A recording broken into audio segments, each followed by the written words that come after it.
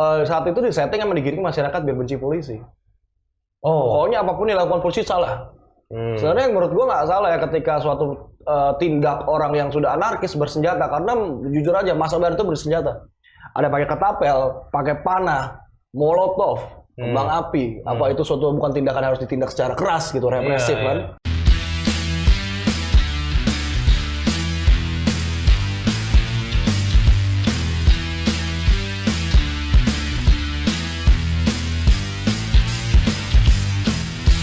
Oke, halo bro, selamat siang bro. Selamat Bro Vicky Swatioto Namo Buddhaya bro. budaya. Oke, Vicky Firmanto. Oke guys, jadi hari ini kita di Nguping episode yang kali ini kita kedatangan seorang YouTube kreator ya. Jadi dia punya channel YouTube Bro Vicky ini yang namanya adalah Sendirian Project, betul bro ya? Benar, Sendirian Project. Nah, jadi Sendirian Project ini apa? Kalau gue lihat sih kontennya itu cukup lompat pagar ya atau progresif, cukup berani mengupas hal yang jarang dikupas oleh orang lain, khususnya dari Buddhis ya. Selama ini kan Buddhis mungkin bermainnya nggak yang seperti konten lu bro. Lu itu kan kemarin bahas, bahkan di title-nya aja bilang bahwa ini masa bayaran segala macam. Nah, Oh iya. gue mau tahu nih, lu sendiri kenapa sih bisa bikin konten seperti itu gitu? Ada panggilan apa? Sebenarnya kebetulan bro, karena dulu kalau kita bikin sedikit cerita ya, di YouTube dulu kan kita hanya untuk upload film-film pendek atau karya manggung lah ya. Dulu sempet gue bekerja sebagai wartawan. Oh, lu dulu backgroundnya wartawan. Iya, turun ke lapangan. Terus satu sisi emang gue kan kadang suka gelisah dengan lihat kondisi, wah Indonesia lagi begini-begini. Bukan sosokan, tapi kadang kan kita semua orang pasti punya pola pikir masing-masing. Kadang gue kayak yang lu bilang tadi masa bayaran dan lain-lain. Gue inget jalan kejadian waktu 98, banyak orang minoritas yang ibaratnya mendapatkan tindakan yang tidak manusiawi. Oke. Nah, pada saat Pilpres saat lalu tuh Indonesia tuh sedang, bukan gue ngomong terlalu berlebih, tapi saat itu Indonesia memang pengen dibuat seperti itu propaganda permainannya. Diadu domba. Diadu domba. Dibikin pecah. Gue takut pada saat itu, jujur ya, gue takut sebagai maksudnya jangan sampai saudara kita, masyarakat kita perang saudara. Jadi gue ingin suatu hal mungkin yang bisa gue lakukan hanya bersuara lewat konten. Ya itulah gue turun ke lapangan, gue bikin video di sana bukan untuk niatnya nyari uang atau beradsense, tapi niatnya gue ingin bersuara sebenarnya. Yang selama ini mungkin diam, coba gue lewat wadah seperti YouTube untuk bersuara, untuk menyuarakan kebenaran. Keren. Jadi lu merasa ada keresahan dalam hati lu melihat bahwa satu tadi ada kaum minoritas yang merasa diperlakukan tidak adil, kemudian di Pilpres kemarin itu juga ada oknum-oknum yang mau mencoba mengadu domba, menyebabkan perpecahan sehingga memicu lu untuk membuat karya dari Sendirian Project ini ya. Sendirian Project. Jadi ini akun kedua sebenarnya. Akun kedua? Akun pertama itu Tumbangan. Itu akun pertama gue bikin emang isunya tentang hal-hal konflik ya, bukan sebenarnya sosok ikut konflik, tapi oh ini hoax nih, gue luruskan. Oh ini ngaco nih, kita kondisi Bhinneka Tunggal kita acak-acak. Gue bersuara dari situ. Nah, konten lu yang lu bilang bahwa ada hoax kemudian lu luruskan, contohnya konten yang mana bro?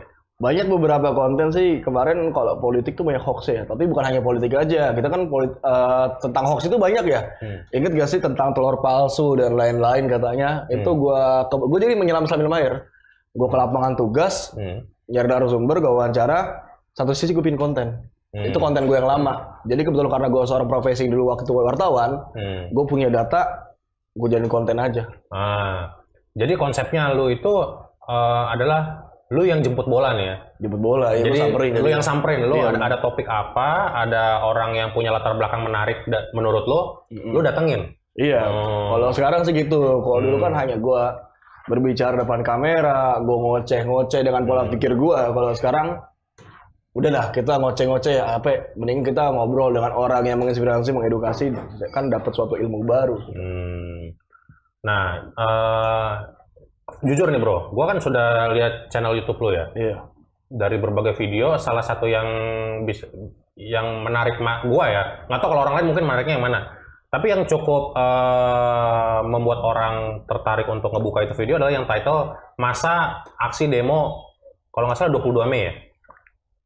21-22 Mei 21-22 Mei 2019 itu lu bilang di situ masa bayaran. Benar. Nah, Itu bagaimana lu bisa punya keberanian bikin konten seperti itu dan kemudian lu bisa bikin title itu masa bayaran? Apakah lu punya dasar yang kuat untuk menyatakan itu? Karena kan kalau misalnya ini kejadian booming, yang which is sebetulnya udah cukup booming juga sih. Dan kalau misalnya lebih booming lagi kan yang terancam nyawa lo sendiri gitu loh. Kita balik lagi sih bro, maksudnya kan kalau dia ngomong takut mati, takut hidup mati, semua orang pasti mati kan. Oke. Semua orang pasti mati, dan kalau gue berprinsip apa yang gue lakuin, mati hidup gue di urusan di atas ya kan? Kita lakuin aja, kalau kita benar kita baik ya kita udah ngelindungin kok. Gak ada yang gak kelihatan, sampai kelihatan pun udah ngelindungin gitu kan. Lalu bisa dikatakan kenapa masa bayaran. Kalau kita sedikit cerita, kita pelajarin waktu pas demo dulu, itu udah dipelajarin bro. Mereka kondisi, cipta kondisinya, mereka strateginya mau bikin kerusuhan itu udah kita baca. Per tanggal 19 itu pun udah kelihatan. Per tanggal 20 pun udah ada salah satu orang yang ketangkap yang menyelundupkan senjata jenis yang revolver, Taurus dan M4 di Sarina. Mau bikin cipta kondisi pas ada massa ditembak. Propaganda seperti tahun 98 dibikin, nanti ada yang ketembak dan pecah jadi chaos. Itu terjadi kemarin tanggal 20 2019. Nah, kenapa gue bisa mengatakan itu masa bayaran? Karena di lokasi gue lihat sendiri yang mobil ambulan bawa batu bata, suplai makanan, dan petasan yang nggak habis-habis. Petasan yang nggak habis-habis, berdus-dus. Petasan jenis tahu, kan kerusuhan kayak gimana petasannya? Petasan yang kembang api. Iya. Satu unit itu berapa harganya? Berapa itu? Mahal, itu sekitar 100 ribuan, 80 ribuan. Oh, dan itu ada banyak? Banyak, dan ada kardusnya, bukti-buktinya. Yang gue bilang kenapa masa bayaran, banyak yang ditangkap dan mereka dibayar itu sekitar 150 ribu 2 hari. 150 ribu 2 hari? Iya, 2 hari, dan mereka emang banyak kan ABG nggak tahu apa-apa. Datanglah ikut demo yuk, dibayar. Udah, pokoknya kenapa bisa jelas masa bayaran, demonya itu demo murni orangnya. Setelah masa demo pulang, datang masa nggak tahu dari mana ABG yang bikin untuk chaos. Itu gue bisa mengatakan masa bayaran, dan gue di lapangan pada saat itu. Lu di lapangan? Di lapangan, gue selama 2 hari full di lapangan. Nah, ini menarik nih. Jadi, lu saksi, saksi hidup dari kasus kerusuhan itu ya? Dari salah satu mobil ambulan yang ada logo partainya bawa batu itu pun depan muka gua. Jam 2 pagi depan Petamburan itu depan muka gua. Jadi itu kemarin yang itu betul ya, jadi bahwa real mobil ada yang logo partai, kita nggak usah sebut merek lah ya, kita tahu partai. Gua malahan ngamanin supirnya. Dia ada, kalau nggak salah dari Cirebon, supirnya itu nggak tahu apa-apa, udah tua. Pokoknya dia jawab itu pembela dirinya, saya nggak tahu apa-apa pak, saya dari Cirebon, kalau nggak salah Cirebon ya, gue lupa kotanya, saya cuma suruh datang ke sana, suruh bawa. Itu gue yang ngamanin, baru gue pinggirin, pak bapak pinggir dulu. Karena yang muda-muda kan suruh tiarap, gue bayar orang tua, aki-aki itu suruh tiarap kan gimana gitu. Nah, lu kan ada di lapangan ya, dan kemudian lu bisa mengamankan si supir ini yang dia disuruh oleh mungkin bosnya dia, yang ada oknum lah, ada oknum yang nyuruh dia kan, iya. Dan dia juga supirnya nggak tahu itu apa yang dia bawa. Nggak tahu dia. Nah, lu bisa ngamanin, lu bisa turun ke lapangan, dan kalau gue lihat di video lu ada di mana? Di bagian bukan barisan demonstran ya, tapi di Brimopnya. Di Brimopnya justru, di barisan polisinya. Nah, apakah lu datang ke situ waktu itu sebagai wartawan atau sebagai apa, bro? Sehingga bisa ada di posisi itu? Kan emang wartawan, tapi kita kalau wartawan tuh punya relasi dengan aparat untuk kebutuhan tugas. Untuk kebutuhan tugas, jadi wartawan tuh kan punya kartu pers ya, punya namanya ID card. Itulah ada akses yang bikin kita boleh masuk ke ABC, tapi kan nggak sembarangan kalau kondisi lagi chaos kayak gitu. Jadi minta waktu itu dari salah satu orang Polres untuk dampingi bisa masuk. Dan di lokasi pun kita bukan untuk kambing hitaman polisi, karena pada saat itu polisi dikambing hitamkan kalau tahu. Iya betul. Kayaknya emang sudutkan yang biar polisi hancur, itu strategi mereka biar keamanan hancur dulu. Masyarakat nggak percaya dan masyarakat benci polisi gitu. Iya. Nah gue datang itu lokasi karena gue bukan bersifat, maksudnya gue tetap netral kan. Gue untuk kebutuhan mengepas kebenaran, ternyata benar aja kan yang masalah tentang tembak-tembakan itu. Pagi-paginya kan keluar hoax, polisi menggunakan peluru tajam. Iya. Padahal satu pun nggak ada peluru tajam, semua peluru tumpul dan peluru hampa, ada peluru karet kan. Maksimum juga ini gas air mata kan? Gas air mata maksimum. Akhirnya pun gas air matanya, sebenarnya kalau sedikit cerita bukan curhat ya, kegelisahan gue. Saat itu di setting yang digiring masyarakat biar benci polisi. Pokoknya apapun yang dilakukan polisi salah. Sebenarnya yang menurut gue nggak salah ya ketika suatu tindak orang yang sudah anarkis bersenjata, karena jujur aja masa baru itu bersenjata. Ada pakai ketapel, pakai panah, molotov, kembang api. Apa itu suatu bukan tindakan harus ditindak secara keras gitu, represif kan? Nggak bisa, maksudnya kayak bilang kamu nggak boleh, nggak bisa pak. Kebakaran bisa yang pada ruko-ruko gitu kan? Itu gerakan kayak gitu berarti udah sistematis Udah tersetting mereka. tersetting dan masif juga. Terkoordinir. Ada korlap-korlapnya. Mereka ada grup WhatsApp ya. Maka dari sampai ada anak XTM yang bisa rame, mereka ada grup WhatsApp. Ini menarik nih. Nah, gua mau apa namanya sedikit yang tadi cukup menarik perhatian statement lu bahwa ada yang mengkondisikan supaya orang ini masyarakat ini benci polisi. Iya. Nah, apakah hanya di momen itu aja apa namanya pekerjaan orang-orang oknum-oknum ini untuk membuat isu-isu supaya polisi ini didiskreditkan atau sampai sekarang masih ada pasca yang lo bilang aksi demo bayaran tersebut? Masih ada ya. Sebenarnya kenapa mau digiring seperti itu? Karena polisi itu kan mengamankan dalam negeri. Ya. Kalau TNI mengamankan serangan dari luar negeri. Ya. Jadi ketika terjadi kerusuhan ataupun suatu hal dalam negeri, polisi yang maju. Yang menjadi sebagai orang untuk mengamankan atau menindaknya. Ya. Nah, suatu sistem strategi mereka di mana ketika untuk menghancurkan suatu negara, hancurkan dulu sistem keamanannya. Baru bisa gulingkan pemerintah pusat yang sudah resmi dipilih oleh masyarakat. Ya. Itu settingan mereka. Dan memang nggak semua polisi itu benar. Tapi nggak semua orang itu salah bisa dipukul rata bahwa sebenarnya salah. Tidak. Enggak. Ya. Andaikan pada saat itu nggak ada polisi, lu bayangin nih, Petamburan sampai Selipi hampir jebol. Ya ditakutkan kan ya. Kalau nggak terkontrol, lu bayangin nih kayak ruko-ruko kebakaran, mal-mal kebakaran kayak 98, amit-amit lah ya. Dan salah satu sisi ketika sudah tidak terkontrol, bukan soal tentang ngancur-ngancur doang, tapi bisa aja mereka untuk sentimen seperti 98 untuk etnis Tionghoa itu diciptakan lagi untuk membuat chaos. Gesekan itu coba dibuat lagi. Itu kan waktu strateginya untuk melengsarkan Soeharto pada saat itu kan seperti itu. Dibikin hancur parah, ya nggak mau pimpinan pusat pasti turun lah. Seolah-olah masyarakat udah jenuh, udah kesel dengan pemerintahan. Ya beda Pak, Soeharto berapa puluh tahun menjabat Indonesia. Kok ini pemerintahan yang resmi dan mau digulingkan, itu kan emang ada permainan politik belakangnya. Dan tanda tanya besar kenapa sih mau digulingkan? Apa ada satu oknum-oknum dari politik-politik itu yang panas karena pemerintahan ini? Gue nggak ngomong politik, tapi gue berbicara itulah kondisinya gitu. Ini menarik nih guys. Jadi Bro Vicky ini berani mengungkap hal yang mungkin orang lain nggak berani bilang ya. Dia berani bilang bahwa jelas masa aksi 21-22 Mei 2019 itu adalah masa bayaran. Oke, gue mau coba tarik lagi mundur ke kasus misalnya, kan nggak cuma masalah itu bro. Indonesia ini kan atau Jakarta tergolong banyak kerusuhan bro ya. Dari demonstrasi yang anarkis begitu. Kalau ditarik ke kasus Ahok, ya waktu penistaan agama katanya, itu kan demo besar-besaran juga. Kalau itu bagaimana? Lu turun nggak? Gua waktu itu belum terlalu peduli. Tapi sudah dibuat ciptain kondisi seperti itu. Waktu itu masa dari FPI, ormas tersebut aja ya. FPI-nya nggak apa-apa. Gue nganter temen gue punya cerita. Gue waktu itu masih ngeband ya. Salah satu teman gue namanya Chris, rumah Telukung. Mukanya Cina banget lah kasarnya. Saat pas demo Ahok itu pulang, Toto nggak tahu nih ada yang menciptakan kondisi beredar pesan berantai. Terjadi kerusuhan di Roxy, di Jara sudah mulai dibakar katanya. Muncul pesan-pesan hoax seperti itu kan. Tiba-tiba daerah kawasan Jembatan 5 dekat rumah gue, lampu dimatiin. Terutama daerah Kerendang, daerah Glodok, dijaga semua keamanan.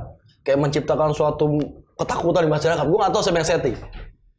Tiba-tiba dari masa FPI pulang, nggak ada masalah, mereka pulang dengan biasa. Tiba-tiba di daerah Bandengan, gue inget banget waktu itu, Indomart apa Alfa gue lupa, mulai dijarah. Masa dari mana gue nggak tahu. Terus depan rumah Duka Event, mobil-mobil disambitin batu. Seperti ada yang koordinir dan pengen dibuat chaos seperti itu. Jadi, wah Ahok Cina nih. Jadi impact yang dibawa-bawanya kena. Sebenarnya menurut gue ada yang bermain gitu loh. Bener. Ada yang bermain, dari itu akan terus dibangkit kan. Dari kemarin Pilpres pun nanti mungkin gubernur 2022-2024 segala jenis permainan itu akan dimainkan. Dari isu PKI, dari isu tentang SARA ataupun isu apapun, itu akan terus dimainkan untuk bikin, karena ada sekelompok orang memang yang ingin membuat Indonesia nggak Pancasila lagi. Nusantara ini dengan budaya luar, dengan mungkin yang kita frontal aja mabuk agama. Tapi nggak semua seperti itu. Agama nggak ada ngajarin. Kaos lo itu apa tulisannya bro? Religion with logic gitu loh. Religious with logic. Wah, jadi bukan mabuk agama tapi dengan logika ya. Iya, karena ya mungkin gua nggak tahu ya pro kontra ya. Tapi kan gua pendapat gua ketika beragama ya perlu kita berlogika. Karena jangan sampai ketika kita beralasan agama kita melakukan hal yang merugikan orang lain. Iya, kalau misalnya bergerak atas nama agama, kenapa menjarah? Kenapa? Itu bukan agama, tetapi oknum. Kalau orang mau aman, berlindunglah di agama. Ya, Ketika udah masalah lu kabur ke agama, lu masuk salah satu forum agama, lu dilindungi situ. Kalau emang agama bukan agama yang gak benar, forum yang gak benar.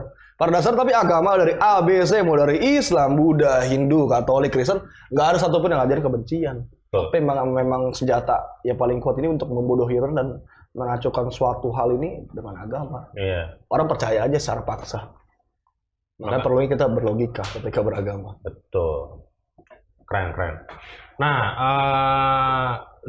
ini menarik nih. Jadi sebetulnya kan banyak kejadian mulai dari eskalasinya naik nih sebetulnya dari zaman kasus penistaan agama Ahok, kemudian sampai akhirnya Pilpres, kemudian nanti kita juga akan menghadapi pilkada lagi, kemudian di 2022. Mau usah pilpres pilkada, tiba-tiba kemarin undang-undang disahkan kerusuhan lagi. Nah, Itu kan emang disetting Pak, dari omnibus law, dari undang-undang cipta kerja. ya, Kan segelintir hoax itu bermunculan tuh poster-poster yang dimiringkan lah ibaratnya. itu kan jadi digiringkan sampai ke isu anti pemerintah kan? Iya. Dari omnibus law itu melebar kemana-mana jadi. Akhirnya politik kan, salah satu partai benderanya dibakar, digabungkan dengan bendera PKI. Iya. Emang mau dibikin hancur terus, pokoknya target mereka ingin pemerintah yang resmi jatuh. Karena kalau dari pandangan gua nggak tahu, bukan kubu A mau dibilang kampret, cebong, tidak. Gua sudut pandang gua, pemerintahan yang ini pembangunan sudah mulai merata. Iya. Dan mereka para koruptor, orang politik nggak ada yang benar semuanya. Tapi menurut gua ada yang mendekati benar lah gitu kasarnya. Koruptor ini nggak bisa bergerak bebas di pemerintah pada saat ini. Karena dananya itu seluruhnya dialirkan untuk masyarakat Indonesia lagi. Bukan GoPro loh, gue bukan orang suruhan, bukan orang bayaran, tapi gue berbicara ya apa yang gue lihat dan gue emang merasakan gitu pemerintahannya. Pokoknya mau ditumbangkan bagaimana caranya dengan berbagai isu. Ingat gak sih waktu isu PKI dimainkan bulan Mei? Padahal September itu baru peringatan G30 SPKI. Iya. Tiba-tiba bulan Mei itu udah rame tentang isu PKI. Iya. Apakah ada sesuatu ternyata besar emang Cina PKI? Ya, itu permainan mereka lah. Menarik nih. Sambil ngopi dulu bro, ini agak berat nih. Ngopi nyemil aja. Lumayan kontroversial juga nih. Tapi kita memang perlu membuka semua ini ya. Nah. Lu kan wartawan ya, lu punya banyak akses jaringan. Kalau di sepemahaman lu, siapa oknum yang mau mencoba memecah belah bangsa ini? Yang pasti orang-orang zaman dulu yang haus kekuasaan. Kalau kita sebut merek, kayaknya usah sebut merek juga orang udah tahu deh. Emang ada yang sakit hati lah ketika sudah berlama-lama masak iklan, udah berlama-lama keluar uang, tiba-tiba digagalkan muncul sosok pemerintahan yang pemimpin sekarang. Sebenarnya orang-orang lama juga yang pokoknya politik itu kebutuhan sih bro. Ormas itu pun diciptakan bukan karena untuk agama, setahu gua ya. Emang untuk kebutuhan politik 98 karena setelah pasca Orde Baru tumbang baru muncul ormas-ormas. Dan yang jadi mungkin sebutan garis besarnya, pemerintahan Soeharto dilengsarkan, ada yang ingin berkuasa pak. Tapi sampai sekarang nggak kesampaian jadi berkuasa. Akhirnya sedang terus berusaha untuk berkuasa sampai sekarang pun. Iya. Nah kemudian pertanyaan gue selanjutnya adalah, ini belum lama nih. Kemarin kan ada satu pimpinan yang tadinya memimpin masa waktu kasus Ahok itu demo sampai akhirnya Ahok berhasil diturunkan kemudian di penjara. Iya. Kan pimpinannya yang mulia, yang baginda. HRS sebut aja. Ya HRS kan. Nah, kan sampai kemudian ke luar negeri di Arab sana. Kemudian kemarin baru pulang nih. Nah, kemudian ada aparatur sipil negara yang menyambut lah begitu kan, oknum lah. Ini gua nggak bilang instansi tapi oknum. Nah, pendapat lu sebagai wartawan yang selama ini banyak bergaul dengan instansi aparatur keamanan negara, bagaimana bro tanggapan lu? Saat ini kondisi Indonesia yang kita lihat kebagi dua. Kubu yang satu dan kubu yang satu lagi. Sebutannya mungkin kalau sekarang tuh lagi rame cebong kampret lah katanya ya. Ada istilah setiap wilayah orang ini punya pola pikir masing-masing. Di Rohani pun gue nggak tahu pola pikir seperti apa. Bisa aja lu berbeda dengan gue atau lu sama dengan gue gitu loh. Dan ngomong soal apart ataupun instansi yang terlibat. Di setiap kelompok pasti ada anak bandel. Setiap kelas pasti ada anak nakal yang melanggar. Kalau secara peraturan mereka nggak boleh ikut-ikutan seperti itu. Mereka yang dipecat-pecat kan akhirnya kan? Iya dipecat.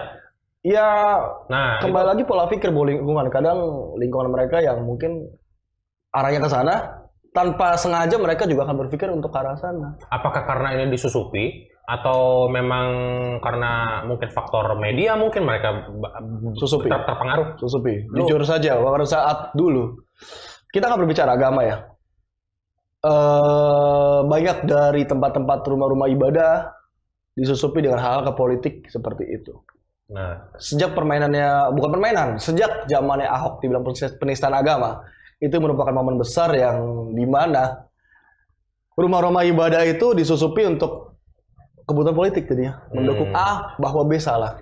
Malah gue pernah mendengar salah satu statement di salah satu rumah ibadah yang mengatakan darah manusia itu halal dan itu ngomong pakai toa gitu. Halalnya itu untuk kelompok ini bahwa darahnya ini halal jika itu terjadi pada saat chaos pada saat itu, ramai-ramai itu. itu juga kan ada rekaman yang bilang apa penggal-penggal itu, ingat nggak? Iya, menjalankan itu lah waktu pas Ahok penistaan agama beredar suatu banner di Bogor di mana?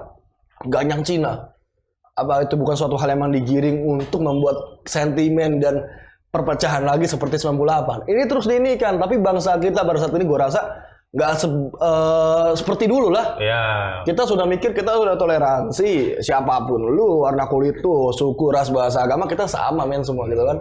Cuma kan tetap dibuat seperti itu, sentimen-sentimen seperti Nah, itu. ini menarik. Yang mau gue coba soroti adalah instansi, bro. Instansi keamanan negara, kan ada tentara, ada polisi.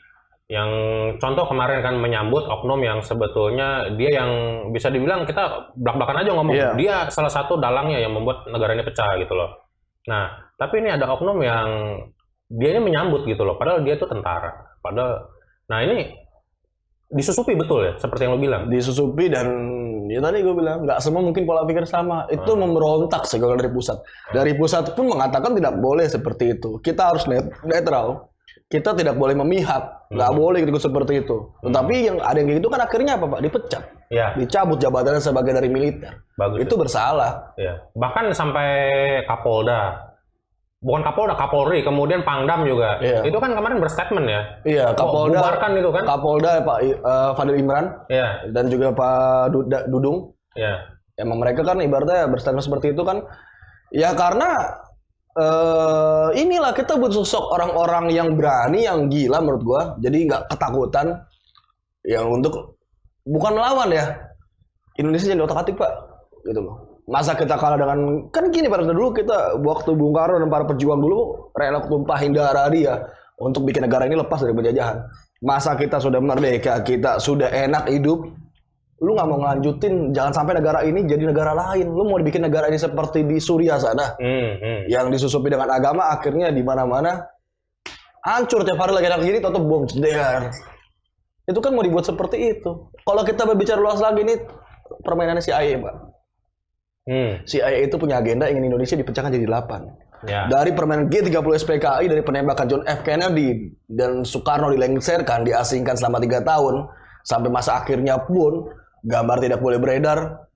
Ada permainan di baliknya emang bikin Indonesia ini biar bisa diambil dari Freeport dan juga alamnya semua oleh kubu bangsa asing sana. Ini menarik nih. Jadi bisa dibilang sampai saat ini Nguping udah tayang beberapa episode ini yang berani ngomong belak-belakan ya. Apa yang sebetulnya terjadi. Gua bisa dibilang gua salut lah sama keberanian lu, Bro. Nah, tapi pemerintahan sekarang itu bisa dibilang dia sudah merebut saham Freeport kan? Secara mayoritas. Makanya lu mungkin juga, dan gue merasa respect juga dengan pemerintahan saat ini. Oknum-oknum yang mau mencoba menggulingkan pemerintahan sekarang ya, mereka lah musuh negara gitu loh. Dan sampai sekarang pun ingin diacak-acak. KKB, OPM, berapa banyak aparat dari polisi dan juga tentara yang mati di sana. Propaganda yang mereka ciptakan yang belum lama itu pendeta Yeremia yang ditembak mati oleh KKB, OPM. Dan mereka dibikin giringnya itu menyalahkan aparat kepolisian juga tentara bahwa namanya nembak mereka itu kan tetap. Dan pertanyaannya dari KKB dan OPM, mereka punya senjata dari mana? Ingat gak sih Veronica Koman, salah satu orang yang Indonesia di Australia yang menjual bangsanya sendiri? Itu sih, iya, Veronica Koman itu ya. Ya itu kan mereka dia kan dapat beasiswa juga dari pemerintah kan. Ya itulah. Tapi setelah lulus malah berkhianat jadi kacungnya Australia ya, kan ada yang bayar dia, kan Pak. Dan bangsa sendiri rela dijual dengan pokoknya berbagai macam untuk memecahkan Indonesia itu rame lah. Ingat gak sih waktu kasus yang salah satu kulit hitam negro di Amerika, diinjek lehernya yang sama polisi di Ya, Amerika. ya. Tiba-tiba muncul statement Indonesia tentang Papua ditindas, dihidupkan lagi, opini seperti itu. Ya. Padahal sedang berusaha Papua, kita rangkum, kita saudara semua kan. Lagi dibangun juga Papua. Lagi dibangun juga, tapi dibikin pas munculnya Black Lives Matter itu. Tiba-tiba dikaitkan dengan Papua apa urusannya? Iya, iya. Itu kan emang ada buzzer-buzzer sekelompok mereka yang ingin membuat Papua biar pecah. Dia mau dibuat seperti Timur-Timur, Pak. Iya. Diambil, setelah itu udah. Pokoknya Indonesia mau dipecah jadi 8. Dipecahkan jadi 8 dan nanti asing bisa mengambil sumber daya alam kita. Nah, jadi konklusinya dengan pengalaman lu melihat kondisi sosial politik Indonesia selama ini, konklusinya apa, Bro? Kita sebagai mungkin anak muda zaman sekarang, bagaimana kita harus bisa bersikap, memiliki pola pikir seperti apa? Kalau dipaksakan orang nggak bisa ya. Itu panggilan dan pola pikir masing-masing ya. Cuman ya anak muda kan sekarang serba enak kita ya. Media sosial, apapun kita nggak usah capek-capek belajar sama orang atau baca buku perpustakaan. Cukup lu ketik pakai handphone lu, apapun bisa keluar. Sebenarnya gue inget kata Soekarno pada saat itu. Saya lebih suka dengan pemuda yang ngerokok tapi bicara soal bangsa daripada menjadi seorang kotor buku yang egois, tidak memikirkan bangsanya. Kita bangsa yang hebat sebenarnya. Makanya Soekarno juga pernah mengatakan, beri aku 10 dunia akan kuguncangkan dunia. Berikan aku orang tua akan kucabut gunung Semeru. Tempatnya. Kita bangsa yang hebat dan kita bangsa yang enak. Kalau kita agak miris sih ketika bangsa kita itu sudah disusupi pola pikir dan budaya asing. Gue ingat satu prinsip, lu terserah lu mau suka dengan budaya Amerika, Jepang, Korea silakan. Itu tren dari musik style. Tapi jangan pernah lupa, lu berasal dari mana dan lu siapa sebenarnya. Sama aja lu berkhianat ketika tanah yang injak di tanah bangsa Indonesia, tapi lu menjadi sosok orang luar. Jangan sampai seperti itulah. Dan penjajahan pada saat ini terjadi ya itu media sosial. Kita sudah masuk perang cyber generasi 5. Perang generasi 5, perang cyber war. Perangnya itu bukan lagi dengan senjata, dengan turun ke jalan gerilya, tapi dengan pola pikir. Karena awal sumber untuk merusak bangsa itu dengan pola pikir, dibohongi, dan mereka bisa turun ke jalan, kejarin Papua. Hoax tentang masyarakat Papua yang katanya dibunuh oleh aparat. Akhirnya banyak masyarakat Papua yang bergejolak, marah, bikin kerusuhan di Papua sana. Berawal dari hoax. Pintar-pintar lah kita anak muda lah. Jangan mentang-mentang udah enak kita lupa. Dari aplikasi mungkin Instagram, TikTok, Facebook, dan itu suatu hiburan yang emang enak lah. Tapi hati-hati. Dan coba jadi anak muda yang kita coba, ayo rame-rame yuk kita bikin suatu hal yang bisa membangun. Bukan menghancurkan. Karena miris banget kalau lihat media sosial sama ini nih. Gila, free sex ditampilin sekarang kan. Bangsa kita nggak seperti itu, men. Makanya lu terpanggil jiwanya untuk membuat project ini ya. Yang namanya Sendirian Project. Jadi lu membuat konten yang bisa dibilang untuk meluruskan hal yang sudah melenceng ini di negara ini gitu. Benar, sebenarnya bukan meluruskan. Kalau meluruskan gue siapa? Gue cuma berusaha doang. Berusaha meluruskan ya itu yang gue bisa.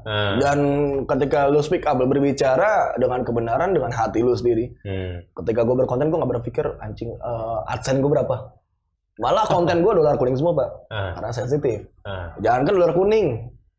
Pas yang kerusuhan rame kemarin, gue sampai diarahkan salah satu dari teman gue yang tentara, pangkat kapten, kamu bawa jaket 3 fix sehari. Berangkat pakai apa, di lapangan pakai apa, pulang pakai apa. Kalau bisa motor ganti tiap hari. Rute pulang dibedain, takut ada yang nyari kamu. 2019 gue dituduh sebagai PKI. Muka gue dipasang di salah satu akun Blast Intel di Instagram. Oh iya? Fix Cina PKI, info A1. Anjir, foto gue dipasang situ. Dan itu yang percaya. Sampai yang inbox gue tuh banyak yang DM gue dan berusaha untuk nyari alamat gue. Di mana rumah lo? Gue penggal, kalau macem-macem lah.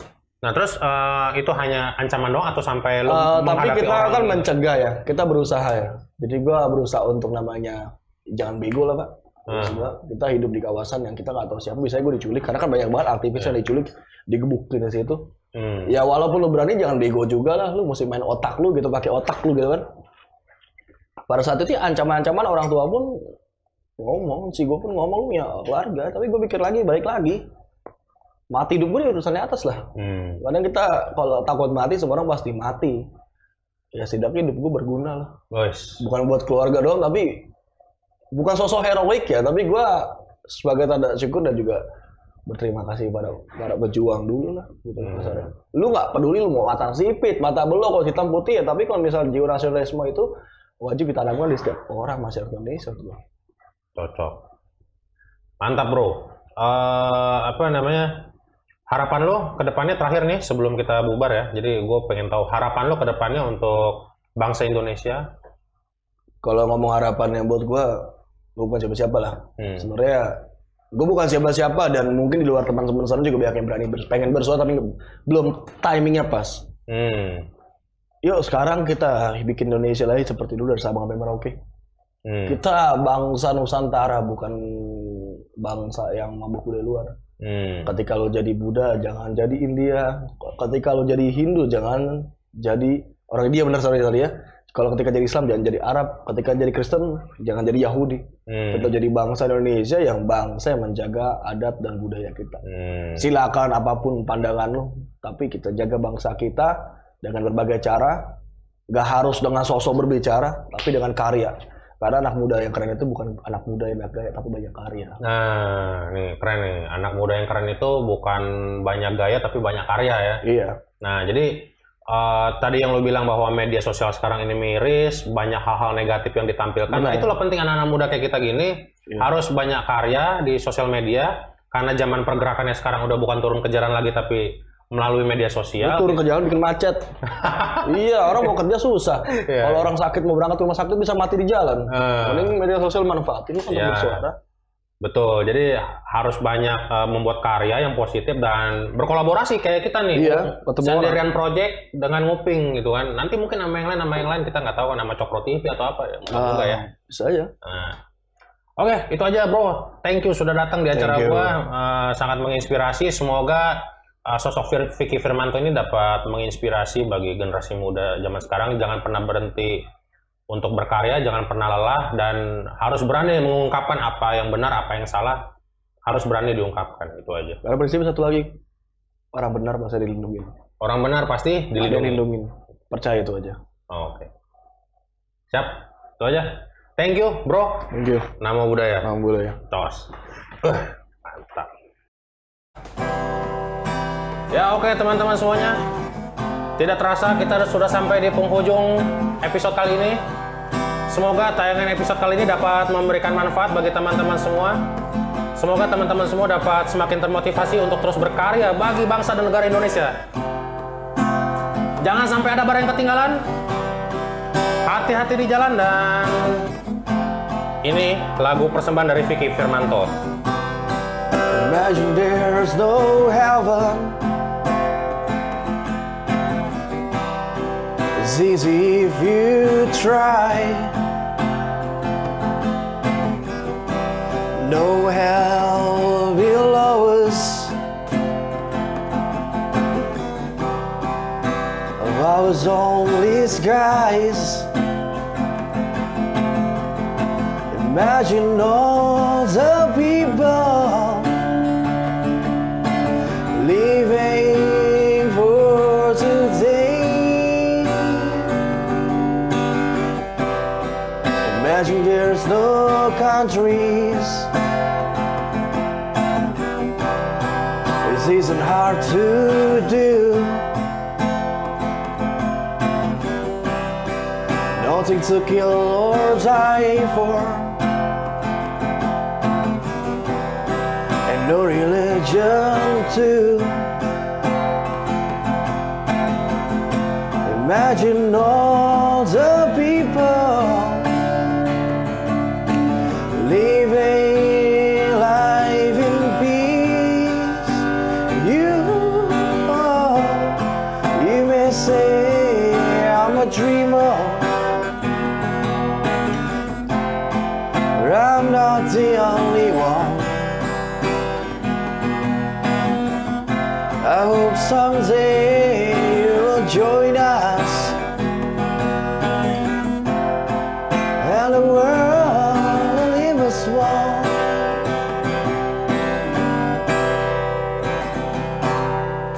Imagine John Lennon.